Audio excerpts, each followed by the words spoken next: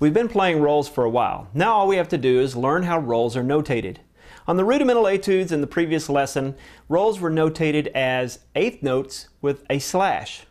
We've also seen 16th notes with a slash.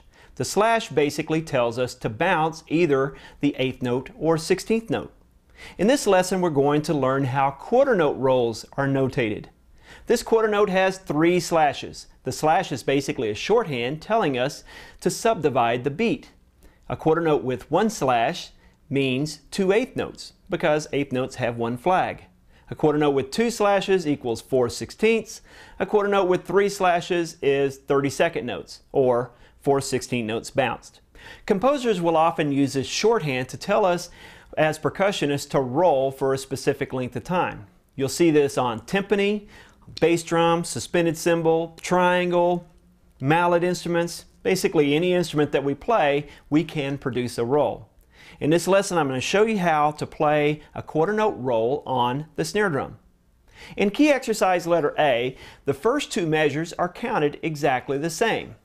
1 E and a 2, 1 E and a 2, or 1 ta ta ta 2, 1 ta ta ta 2.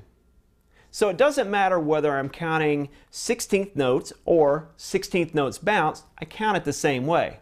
I do that simply because you can't count fast enough to make it sound like a roll. So we count 16th notes.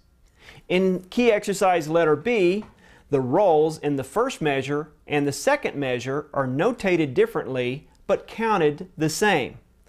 1 E and a 2, 1 E and a 2 and, or 1 ta ta ta 2, 1 ta ta ta 2 te. So here's what it will sound like.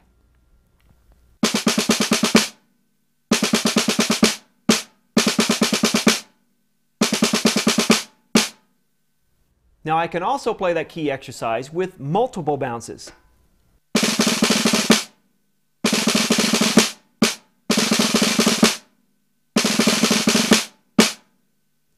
Either way we play quarter note rolls, they're always counted the same way, as 4 16th notes.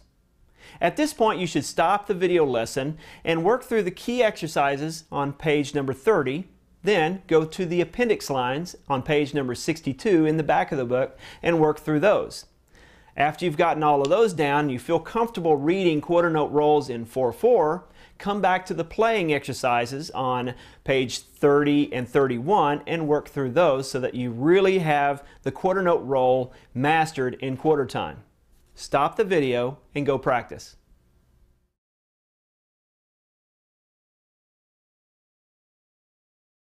Now that we've learned how quarter note rolls are counted and played in quarter time, let's learn how to count those in 8 time. Quarter note rolls are played exactly the same way whether you're in quarter time or 8 time. Simply 4 16th notes that are bounced. Let's take a look at key exercise letter A on page number 31. The first measure and the second measure are counted and played exactly the same. 1 and 2 and 3, 4, rest. 1 and 2 and 3, 4, rest. Or 1 te 2 te 3 4 rest. 1 te 2 te 3 4 rest. So here is letter A played with multiple bounces. Rest. Rest.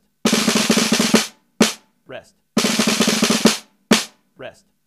So playing quarter note rolls in quarter time and playing quarter note rolls in 8 time, essentially the same scale. You're just counting those a little differently. Go through those key exercises and then all of the playing exercises to make sure you know how to count quarter note rolls in 8 time as well. In our next video lesson, we're going to learn the double paradiddle and apply it to a rudimental etude.